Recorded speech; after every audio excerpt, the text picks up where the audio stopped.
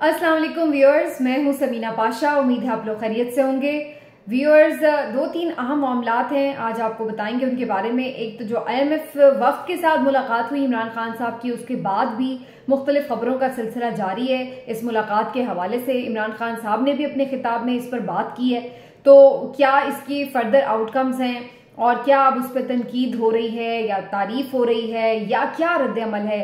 Detail से discuss करेंगे। फिर साथ ही आपको बताएंगे ओन चौधरी एक और पिटिशन लेकर पहुंचे हैं अदालत, और वहां पर उन्होंने क्या दरख्वास्त दी है PTI के मुस्तकबिल के हवाले से। बड़ी इंपॉर्टेंट दरख्वास्त होगी ये भी आपके सामने लेकर आएंगे। अदालतों से कुछ अहम फैसले हैं जिनके ऊपर शॉर्टली बात करेंगे, और फिर ये भी बात करेंगे कि जो ARY न्यूज़ पर तनकीद हुई है काफ़ी ज़्यादा कल, एक इमरान खान साहब की ब्लर तस्वीर करने के ऊपर, तो ये तनकीद कितनी जायज़ है या नाजायज़ है, इसके ऊपर भी थोड़ा सा आपके सामने अपना इजहार ख्याल करेंगे। लेकिन इससे पहले मैं आप सबका शुक्रिया भी अदा कर दूं एक दफ़ा फिर से, जो आप लोग कमेंट्स भी करते हैं और वीडियो को लाइक भी करते हैं। और इसके साथ साथ मैं एक कमेंट पढ़ रही थी तो एक क्वेश्चन मेरे सामने आया और मैंने सोचा कि इसका ज़रूर मैं जवाब दूं अपने वीलॉग में और इस पर बात करूं। किसी साहब ने ये मेरे से सवाल पूछा था कि आप जब इमरान खान हुकूमत में थे तो उस वक्त तो उनके ऊपर तनकीद करती थी, तो आज आप उनकी हिमायत में क्यों बोल रही हैं। तो ये बड़ा मुझे इंटरेस्टिंग लगा उनका सवाल, तो मैंने सोचा कि इस पर अपना एक पॉइंट ऑफ व्यू देना चाहिए मुझे।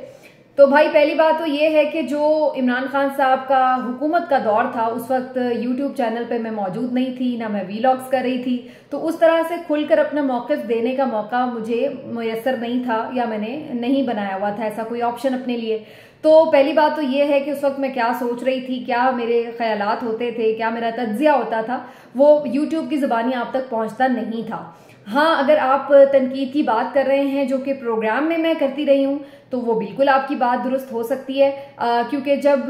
मैं प्रोग्राम करती हूँ तो मेरी कोशिश होती है कि हर पहलू से बात हो। उसमें मैं कोई एक तरफा प्रोग्राम नहीं करना चाहती और ना ही मैं कोई एजेंडा लेकर जाती हूँ कि मैंने किसी की आज बस बिल्कुल बैंड बजा देनी है या फिर ये कि मैंने आज किसी को कोई हीरो बना देना है। मैं बिल्कुल एक खुले माइंड के साथ प्रोग्राम करती हूँ और एज ए प्रोग्राम होस्ट मेरी कोशिश होती है कि जो भी गेस्ट मेरे शो पर आता है वो भी अपना मौक़िफ़ अच्छे से पेश कर सके, और इसके साथ साथ जो बाकी पार्टिसिपेंट्स भी होते हैं प्रोग्राम में वो भी खुलकर अपनी बात का इजहार कर सकें और हर पहलू से, हर एंगल से बात हो। कहीं से प्रोग्राम में ये तासुर ना जाए कि हम कोई एजेंडा लेकर बैठे हुए हैं और किसी को ज़बरदस्ती हीरो या ज़ीरो बना रहे हैं। तो प्रोग्राम का जो मेरा फॉर्मेट है वो बिल्कुल एक डिफरेंट चीज़ है, और जो मैं वीलॉग करती हूँ वो टोटली मेरी अपनी एक ओपिनियन होती है, अपना एक एनालिसिस होता है, अपनी कुछ इन्फॉर्मेशन भी होती है। तो वो एक अलग मामला है प्रोग्राम का, और वीलॉग का मामला ज़रा अलग है। जहाँ तक ये बात है कि तनकीद या तारीफ की, तो भाई आप दुरुस्त फरमा रहे हैं। हो सकता है कि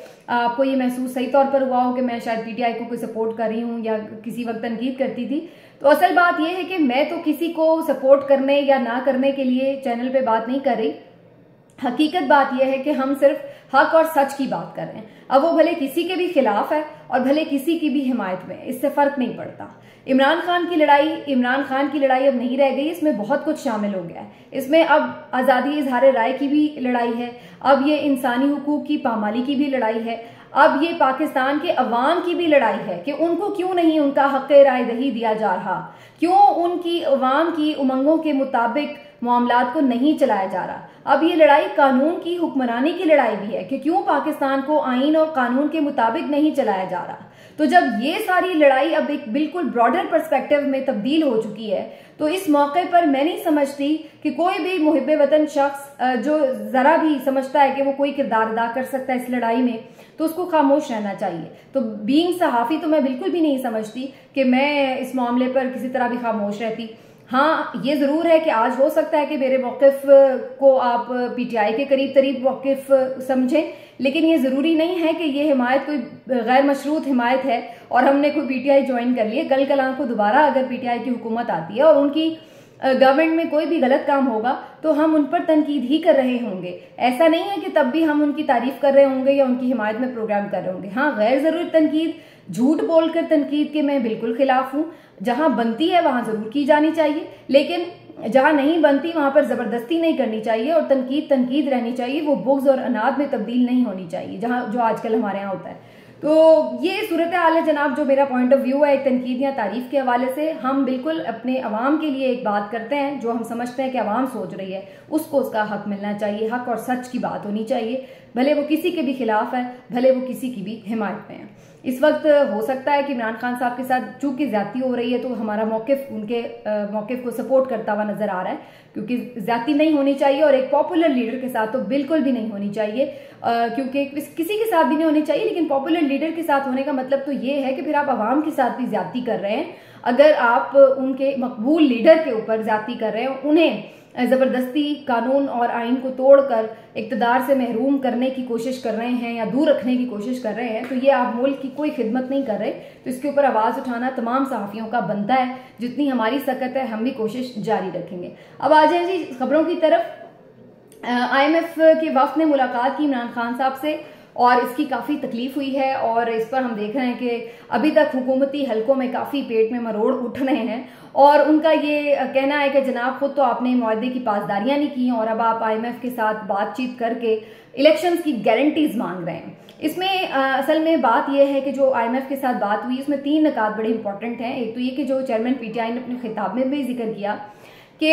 उन्होंने इस बात का IMF से ख़ास तौर पर इसरार किया इस बात के ऊपर कि जो गरीब आवाम है उनके ऊपर बोझ ना आए, उनका कुछ ख्याल किया जाए इस प्रोग्राम में और उनको अगर कोई सब्सिडी या रिलीफ मिलता है तो उसके ऊपर IMF जो है वो कोई भी कदगन ना लगाए। तो एक तो इमरान खान साहब ने ये बात की। दूसरा, उन्होंने इस बात की तरफ भी इशारा किया कि उन्हें खदशा है कि जो मौजूदा हुकूमत है वो मुकर्ररा वक्त पर इलेक्शन नहीं कराएगी। तो इस चीज को भी मद्देनजर रखा जाए कि जो भी इनका ये प्रोग्राम है वो क्या ये इंश्योर करता है कि मुल्क में बर वक्त इंतखाबात हो जाएं। आम इंतखाबात अगर वक्त पर नहीं होंगे तो फिर इसका मुस्तकबिल क्या होगा, उसकी कोई गारंटी भी फिर इमरान खान साहब कैसे दे सकते हैं। और तीसरी बात यह है कि जो इसमें इम्पोर्टेंट एक बात की गई वो ये कि जनाब जो इमरान खान साहब ने ये बात की कि जी ये जो तनकीद हो रही है कि लोग कह रहे हैं कि जी आप तो अपोजिशन में हैं तो आप IMF का ऐसा सख्त जो एक मुआहदा है उसको क्यों सपोर्ट कर रहे हैं। तो उनका भी इस पर एक रद्दमल आया है। वो कहते हैं कि वो जानते हैं कि ये एक सख्त मुआहदा है लेकिन मुल्क और कौम के मफाद में उन्होंने इसकी हिमायत की है, क्योंकि उन्हें मालूम है कि IMF के अलावा पाकिस्तान के पास इस वक्त कोई ऑप्शन नहीं है और पाकिस्तान डिफॉल्ट ना कर जाए, इसलिए ज़रूरी है कि पाकिस्तान IMF के प्रोग्राम में जाए। लेकिन ये कोई मुस्तकिल हल नहीं है। इसके बाद असल इम्तिहान शुरू होता है कि हमने अपने मुल्क को, उसकी मईशत को अपने पाँव पर कैसे खड़ा करना है और ये काम एक स्टेबल गवर्नमेंट ही कर सकती है। और इसीलिए इमरान खान साहब ने IMF वक्त के साथ जो बातचीत में नुक्ता उठाया आम इंतखाबात के बर वक्त इनेकाद का, उसका भी बेसिक मकसद इसी बात की श्योरिटी था। अब हुकूमत ने इस बात को ये एंगल दिया है कि जी इमरान खान साहब बेसिकली IMF के ऊपर ये दबाव डाल रहे हैं कि वो हुकूमत पर दबाव डाले कि वो इलेक्शन वक्त पर करवाए और IMF से, जो कि एक बैरून अक़वामी मालियाती इदारा है, उससे ये गारंटी क्यों मांगी जा रही है कि बर वक्त इलेक्शन का इनेकाद यकीनी बनाइए, उसका काम नहीं है। एक तरह से ये बात बज़ाहिर दुरुस्त नजर आती है लेकिन असल में इसकी वजह यही है जो मैंने अभी आपको बताई कि इमरान खान साहब ने उनसे ये बात की है कि इसी से उनका जो पूरा प्रोग्राम है वो मुंसलिक है कि उनके पैसे उन्हें बर वक्त वापस मिलेंगे या नहीं, क्योंकि आने वाली हुकूमत क्या इक़दाम करेगी वो ज़्यादा इम्पॉर्टेंट होगा और ये उसी वक्त होगा जब आइंदा हुकूमत आएगी, इक़्तिदार संभालेगी आफ्टर इलेक्शन। और अगर जो इस हुकूमत के इस वक्त तेवर हैं उससे इमरान खान साहब को खदशा है कि ये हुकूमत शायद इंतखाबात करवाने में संजीदा ही नहीं है। तो अब ये सारी जो 2-3 चीज़ें हैं उनको काफ़ी तोड़ मरोड़ के पेश किया जा रहा है कि जनाब उनसे गारंटी मांग ली या इस तरह से कर लिया, लेकिन हकीकत ये है कि इसमें इमरान खान साहब ने ये एक अच्छा काम किया है कि एक तो फिर से उन्होंने गरीबों की बात की है उसमें कि जो पिसा हुआ तबका है उसके ऊपर मजीद बोझ ना पड़े, और दूसरा वो ये समझते हैं कि इलेक्शंस का बर वक्त इनेकाद ही IMF के परमानेंट चुंगल से निकलने का एक रास्ता हो सकता है। आगे चलूँ तो मैं आपको बताऊं कि जो ARY पर एक बड़ी तनकीद हुई है उसकी वजह क्या बनी है। यही IMF की जो मुलाकात हुई वफ़द की इमरान खान साहब के साथ, उसके मुतालिक खबर थी जो ARY पे चली और उसमें उन्होंने जो फुटेज चलाई उसमें हेडलाइंस में उसमें इमरान खान साहब दरमियान में हैं, एक तरफ शाह महमूद कुरैशी साहब हैं और दूसरी तरफ IMF वफ़द की जो कंट्री सरबराह हैं यहाँ की वो मौजूद थी। अब हो क्या रहा है कि उनकी फुटेज चलाते हुए जो इमरान खान साहब हैं बीच में जो दरमियान में बैठे हुए टेबल के, उनको ब्लर कर दिया गया और बाकी दोनों जो शख्सियात हैं उनको एज इट इज दिखाया गया है। तो ये एक उस पाबंदी के तहत किया गया है जो कि इस हुकूमत में लगी हुई है, इस हुकूमत के ऊपर भी, तमाम चैनल्स के ऊपर भी, कि इमरान खान का नाम और उसकी तस्वीर, उनका किसी भी तरह का वीडियो मामला, कुछ भी इमरान खान साहब को दिखाया नहीं जाएगा चैनल के ऊपर। तो उसी का हुक्म तामील उसकी बजा लाते हुए ARY ने उनका जो चेहरा है उसे ब्लर कर दिया है। अब वो इतनी फनी हरकत लग रही है कि जैसे दो लोग बैठे हुए हैं और तीसरा कोई शख्स ब्लर हो जाए, तो ऐसे जैसे कि कोई ऐसी चीज बैठी हुई है जो कि देखी नहीं जा सकती, या आप समझ लें कि कोई इनविजिबल किस्म की मखलूक है। मैंने तो ट्वीट में भी लिखा है कि ये कोई खिलाई मखलूक है, और ये वाकई खिलाई मखलूक इस किस्म की है कि जिससे इस वक्त पाकिस्तान की 14 सियासी जमातें बशमूल इस्टेब्लिशमेंट इस वक्त ऐसा लग रहा है कि खौफजदा है, और इसी वजह से ये, क्योंकि ये शायद नजर भी नहीं आ रही, हालांकि ये तो ब्लर किया हुआ था इनको। अब इस पर बड़ी तनकीद हो रही थी और लोग कह रहे थे कि ये शेम है ARY पर, इसका ट्रेंड भी चल रहा था। इस पर अबसार आलम साहब ने भी एक ट्वीट किया बड़ा गर्मा गर्म और कहा कि जी ARY को शर्म आनी चाहिए, 10-12 साल इदारों के कहने पर इन्होंने लोगों की पगड़ियां उछाली, एक पूरा प्रोपेगेंडा किया और एक पूरी नस्ल तैयार की, ये किया वो किया, और अब जो है वो इस किस्म की हरकतें करके अपने गुनाह धोने की कोशिश हो रही है। और दूसरी तरफ इकरारुल हसन साहब ने भी एक ट्वीट की और उन्होंने कहा कि जी ARY पर जो तनकीद है वो बड़ी गैर जरूरी है। इस बात को भी याद रखें कि ARY ने बड़े मुश्किल हालात में PTI और चेयरमैन PTI का बड़ा साथ भी दिया है। हमने बड़ी चीजें तकलीफ बर्दाश्त की है और उनका साथ दिया है। तो अगर अब इस तरह के हालात हैं कि जहाँ पर हम भी वक्त के साथ चलने पर मजबूर हैं, तो इस तरह हमें जो अच्छा वक्त है, साथ गुजरा वक्त है, उसे भुलाना नहीं चाहिए जिस तरह से PTI के फैंस ने उनकी ट्रोलिंग की है। अब ये दोनों मौकिफ जो है वो बड़े एक्सट्रीम किस्म के मौकिफ हैं, और इकरार साहब ने जो जज्बाती गुफ्तगू की है उसके हवाले से, और जो अबसार आलम साहब ने एलिगेशंस लगाई हैं वो भी, तो इस पर जो मैं अपने अगर आपको कमेंट दूं तो मेरा ख्याल तो ये कि इसको एक बेहतर वे से प्रेजेंट किया जा सकता था। अगर आप उनकी तस्वीर नहीं लगाना चाहते तो आप ग्राफिक्स लगा देते, आप कोई ऐसी उस तरह से दिखा देते कि यानी कोई और पुरानी कोई दिखा देते, ARY के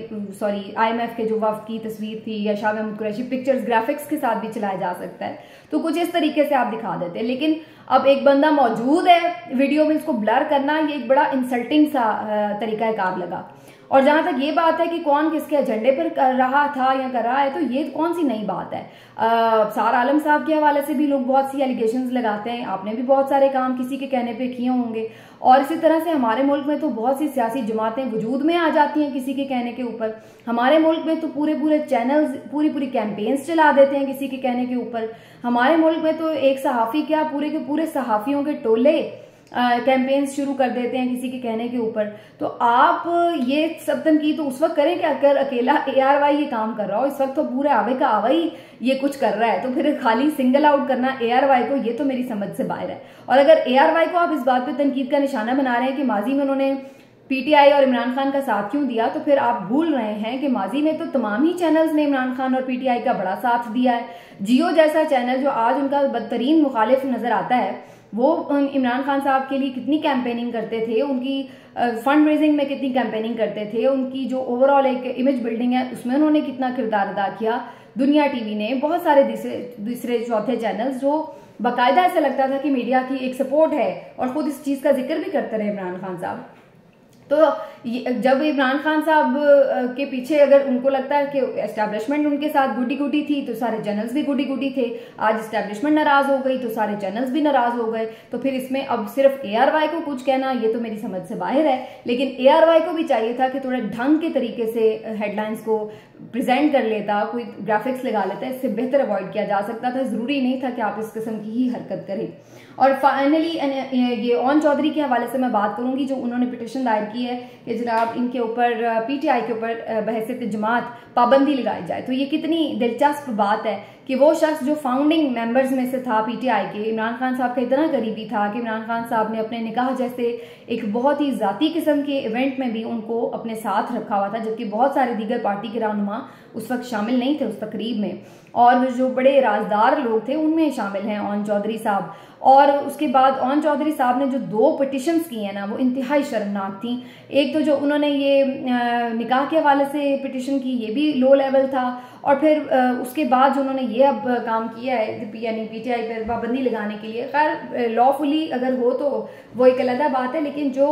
ऐसे बाकायदा आप किसी कैंपेन में एजेंडे का हिस्सा बनते नजर आते हैं तो ये बड़ा तकलीफदेह होता है, क्योंकि कोई भी अगर रियल पॉलिटिशियन है तो वो कभी भी इस तरह की कोई पाबंदी की हिमायत नहीं कर सकता कि जनाब एक मुल्क गिर आपकी जमात है और वाहिद मुल्क गिर जमात है, बाकी तमाम जमातें पाकिस्तान के मुख्तलिफ हिस्सों की जमातें हैं, किसी सूबे की, किसी शहर की, किसी रीजन की, लेकिन पीटीआई वो वाहिद जमात है इस वक्त जो कि पाकिस्तान के तमाम सूबों में अपनी एग्जिस्टेंस रखती है, जो पाकिस्तान के तमाम सूबों के मुख्तलिफ बोलियां बोलने वाले मुख्तलिफ कल्चर के लोगों को आपस में जोड़ती है। तो ऐसी एक मुल्क गिर जमात जो कि इस वक्त पॉपुलर तरीन जमात है, उसको आप बंद करवाना चाहते हैं, बैन करवाना चाहते हैं ताकि बाकी लोगों का रास्ता खुले। तो ये एक जमहूरियत की आपने कोई खिदमत नहीं की, और कोई भी एक नजरियाती सियासतदान इस किस्म की हरकत नहीं करता। आप इवन